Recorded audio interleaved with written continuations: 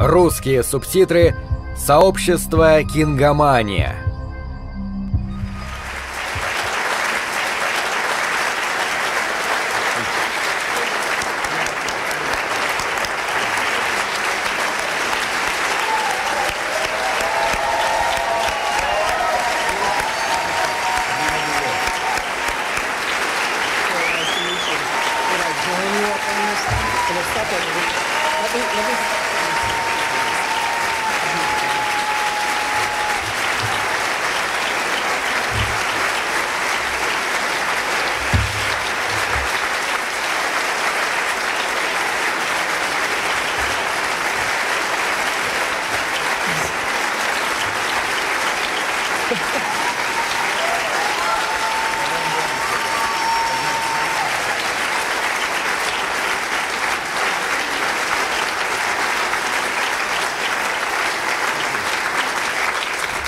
Stephen King, the Board of Directors of the National Book Foundation is extremely honored to present you with the Distinguished Contribution of American Letters Award for this year, 2003.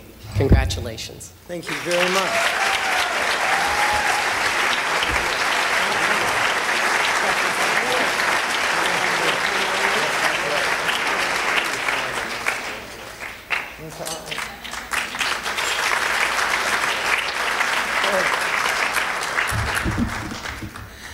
Thank you all.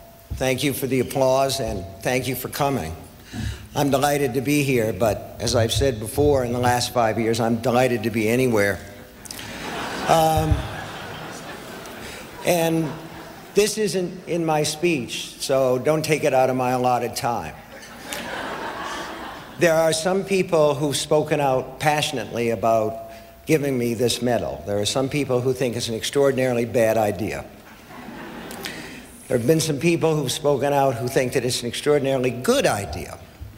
You know who you are and where you stand, and most of you who are here tonight are on my side. I'm glad for that.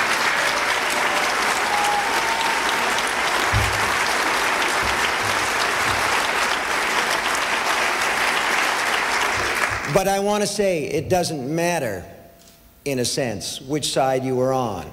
The people who speak out because they are passionate about the book, about the word, about the page. And in that sense, we're all brothers and sisters.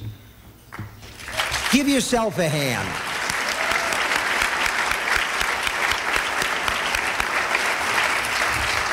Thanks. Now, as for my remarks, structure for Wednesday, oh, that's the agenda.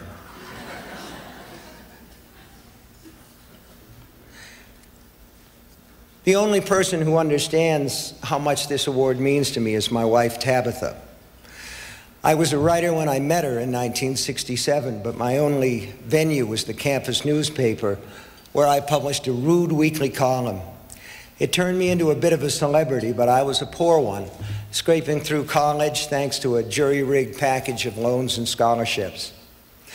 A friend of Tabitha Spruce pointed me out to her one winter day as I crossed the mall in my jeans and cut down green rubber boots. I had a bushy black beard, I hadn't had my hair cut in 2 years, and I looked like Charlie Manson. My wife-to-be clasped her hands between her breasts and said, "I think I'm in love," in a tone dripping with sarcasm. Tabby Spruce had no more money than I did, but in sarcasm, she was loaded. When we married in 1971, we already had one child. By the middle of 1972, we had a pair. I taught school and worked in a laundry during the summer. Tabby worked for Dunkin' Donuts. When she was working, I took care of the kids. When I was working, it was vice versa. And writing was always an undisputed part of that work. Tabby finished the first book of our marriage, a slim but wonderful book of poetry called Grimoire. This is a very atypical audience, one passionately dedicated to books and to the word. Most of the world, however, sees writing as a fairly useless occupation. I've even heard it called mental masturbation, once or twice by people in my family. I never heard that from my wife. She'd read my stuff and felt certain I'd someday support us by writing full-time instead of standing in front of a blackboard and spouting on about Jack London and Ogden Nash. She never made a big deal of this. It was just a fact of our lives. We lived in a trailer, and she made a writing space for me in the tiny laundry room with the desk and her Olivetti portable between the washer and dryer. She still tells people that I married her for that typewriter, but that's only partly true. I married her because I loved her and because we got on as well out of bed as in it. The typewriter was a factor, though. When I gave up on Carrie, it was Tabby who rescued the first few pages of single-spaced manuscript from the wastebasket. Told me it was good, said I ought to go on. When I told her I didn't know how to go on, she helped me out with the girls' locker room stuff. There were no inspiring speeches. Tabby does sarcasm. Tabby doesn't do inspiration. Never has. It was just, this is pretty good. You ought to keep it going. That was all I needed, and she knew it. There were some hard, dark years before Carrie. We had 2 kids and no money. We rotated the bills, paying on different ones each month. I kept our car, an old Buick, going with duct tape and baling wire. It was a time when my wife might have been expected to say, "Why don't you quit spending 3 hours a night in the laundry room, Steve, smoking cigarettes and drinking beer we can't afford? Why don't you get an actual job?" Okay, this is the real stuff.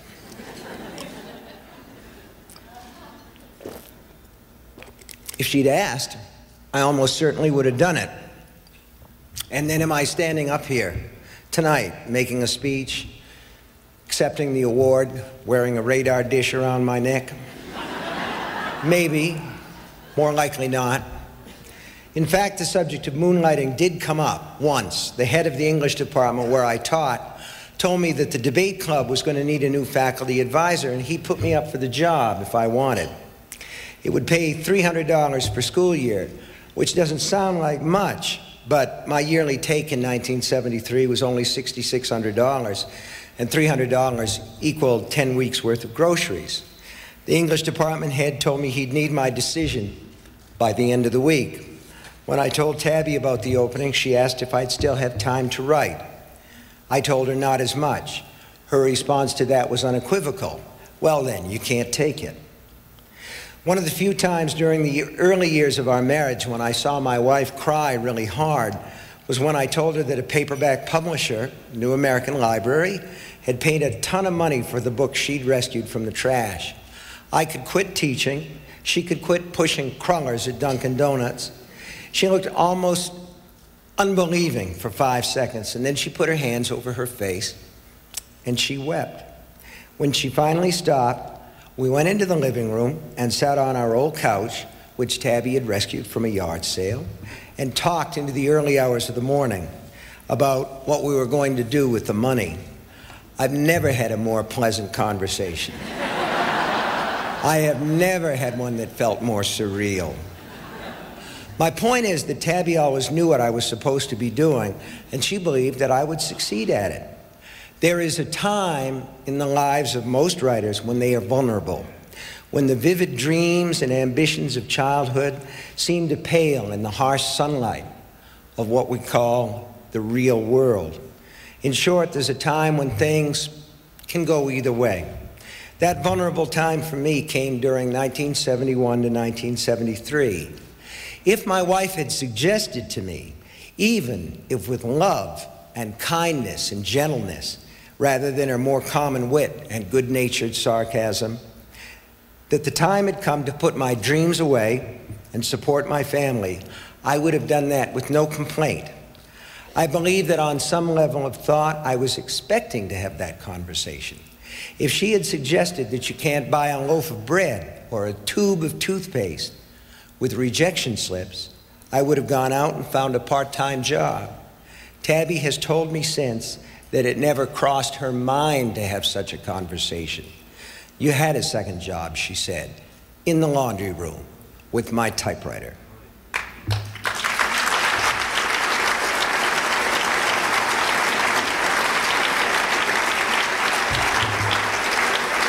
I hope you know, Tabby, that they're clapping for you and not for me.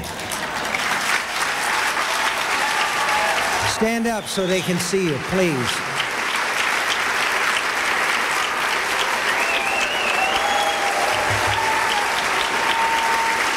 Thank you. Thank you. I did not let her see this speech, and I will hear about this later. Now, there are lots of people that will tell you that anyone who writes genre fiction or any kind of fiction that tells a story is in it for the money and nothing else. It's a lie. The idea that all storytellers are in it for the money is untrue, but it's still hurtful, it's infuriating, and it's demeaning. I never in my life wrote a single word for money. As badly as we needed money, I never wrote for money. From those early days to this gala black tie night, I never once sat down at my desk thinking, today I'm going to make 100 grand, or this story will make a great movie. If I had tried to write with those things in mind, I believe I would have sold my birthright for a plot of message, as the old pun has it. Either way, Tabby and I would still be living in a trailer or an equivalent abode. My wife knows the importance of this award isn't the recognition of being a great writer or even a good writer, but the recognition of being an honest writer. Frank Norris, the author...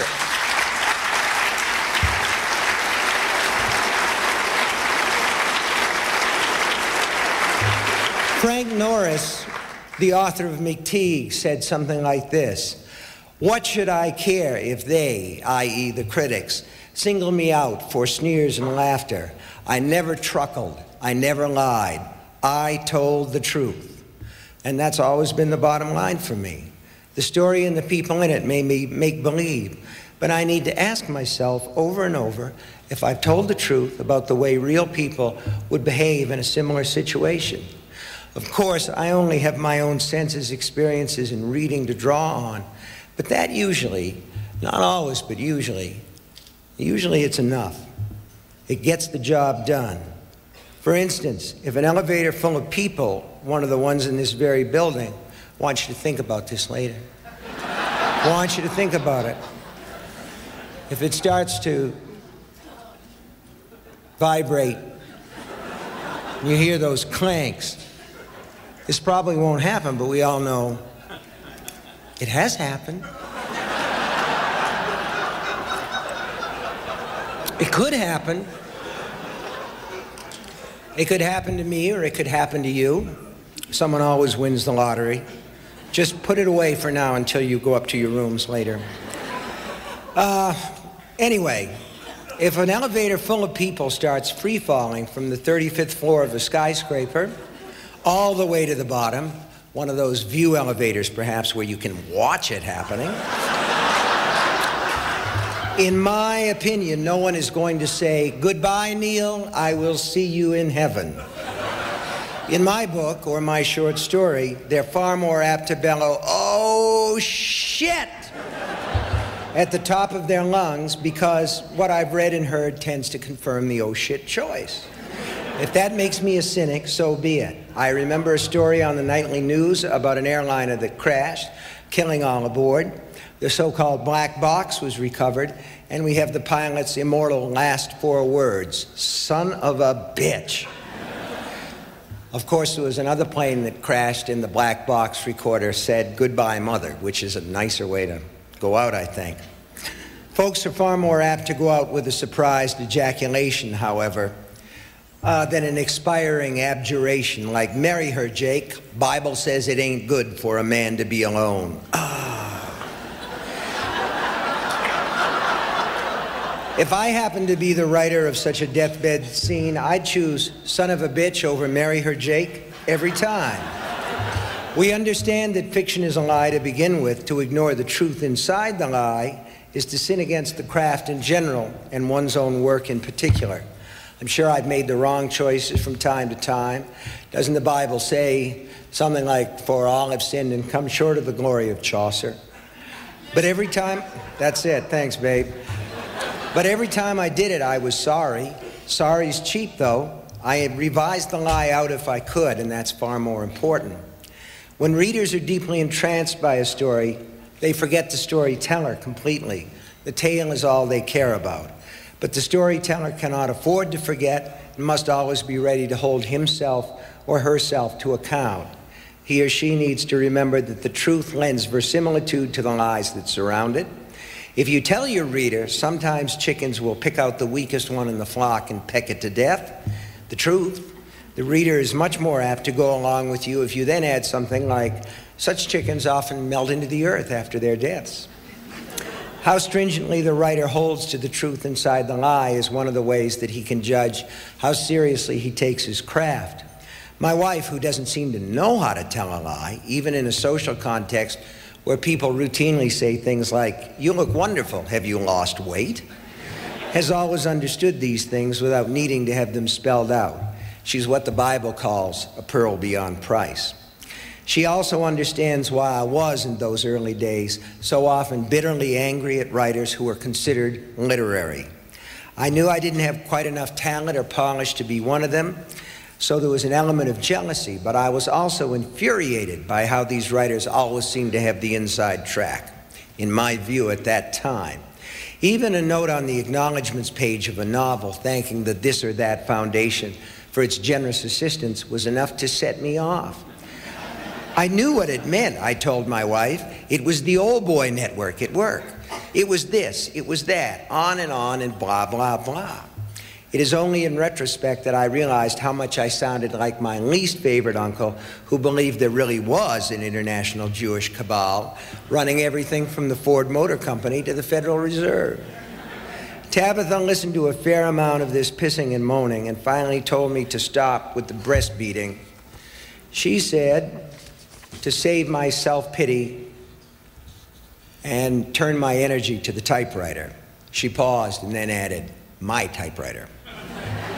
I did because she was right, and my anger played much better when channeled into about a dozen stories, which I wrote in 1973 and early 1974. Not all of them were good, but most of them were honest, and I realized an amazing thing. Readers of the men's magazines where I was publishing were remembering my name and starting to look for it. I could hardly believe it, but it appeared that people wanted to read what I was writing.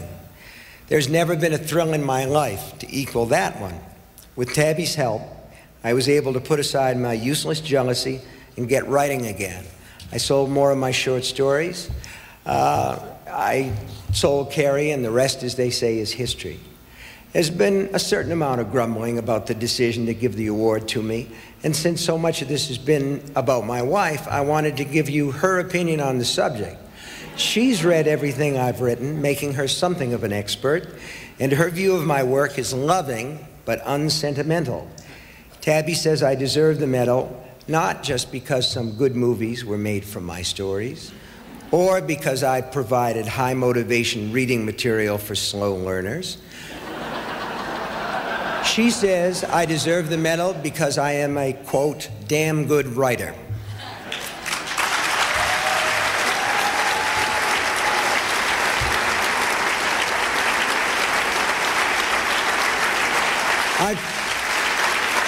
I've tried to improve myself with every book and find the truth inside the lie, and sometimes I have succeeded.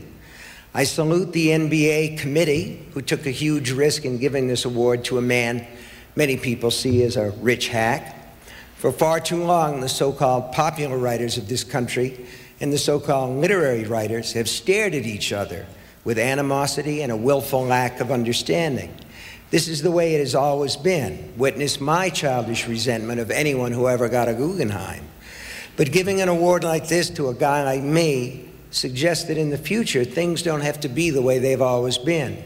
Bridges can be built between the so-called popular fiction and the so-called literary fiction. The first gainers in such a widening of interests would be the readers, of course, which is us, because writers are almost always readers and listeners first. You have been very good listeners, patient listeners, and I'm going to let you go soon. But I'd like to say one more thing before I do. Tokenism is not allowed.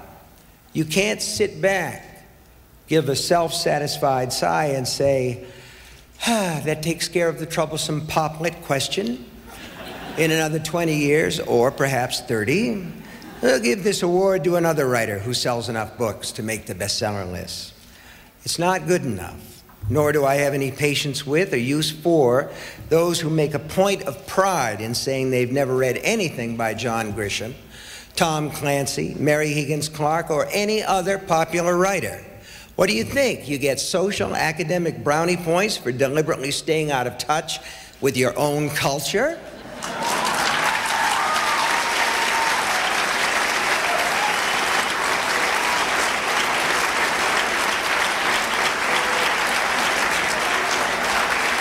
Never in life, as Captain Lucky Jack Aubrey would say. And if your only point of reference for Jack Aubrey is the Australian actor Russell Crowe, shame on you.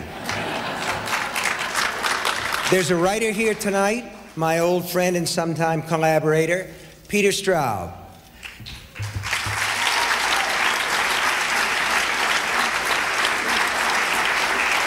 He's just published which may be the best book of his career. Lost Boy and Lost Girl surely deserves your consideration for the NBA shortlist next year, if not the award itself. Have you read it? Have any of the judges read it? There's another writer here tonight who writes under the name of Jack Ketchum, and he has also written what may be the best book of his career, a long novella called The Crossings. Have you read it? Have any of the judges read it? And yet, Jack Ketchum's first novel, Off Season, published in 1980, set off a furor in my supposed field, that of horror, that was unequaled until the advent of Clive Barker. It is not too much to say that these two gentlemen remade the face of American popular fiction, and yet very few people here will have an idea of who I'm talking about or have read the work. This is not criticism. It's just me pointing out a blind spot in the winnowing process and in the very act of reading the fiction of one's own culture. Honoring me is a step in a different direction, a fruitful one, I think.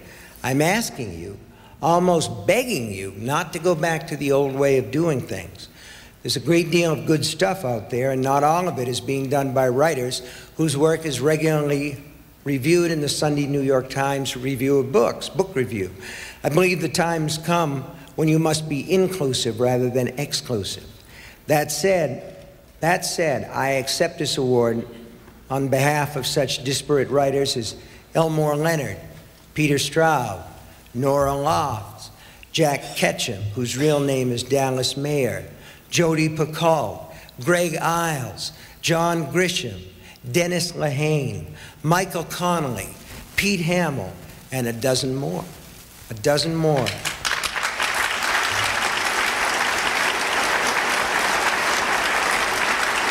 I hope that the NBA writers, the NBA judges, past, present, and future, will read these writers, and that the books will open their eyes to a whole new realm of American literature. You don't have to vote for them. Just read them. Okay, thanks for bearing with me. Last page. Last page.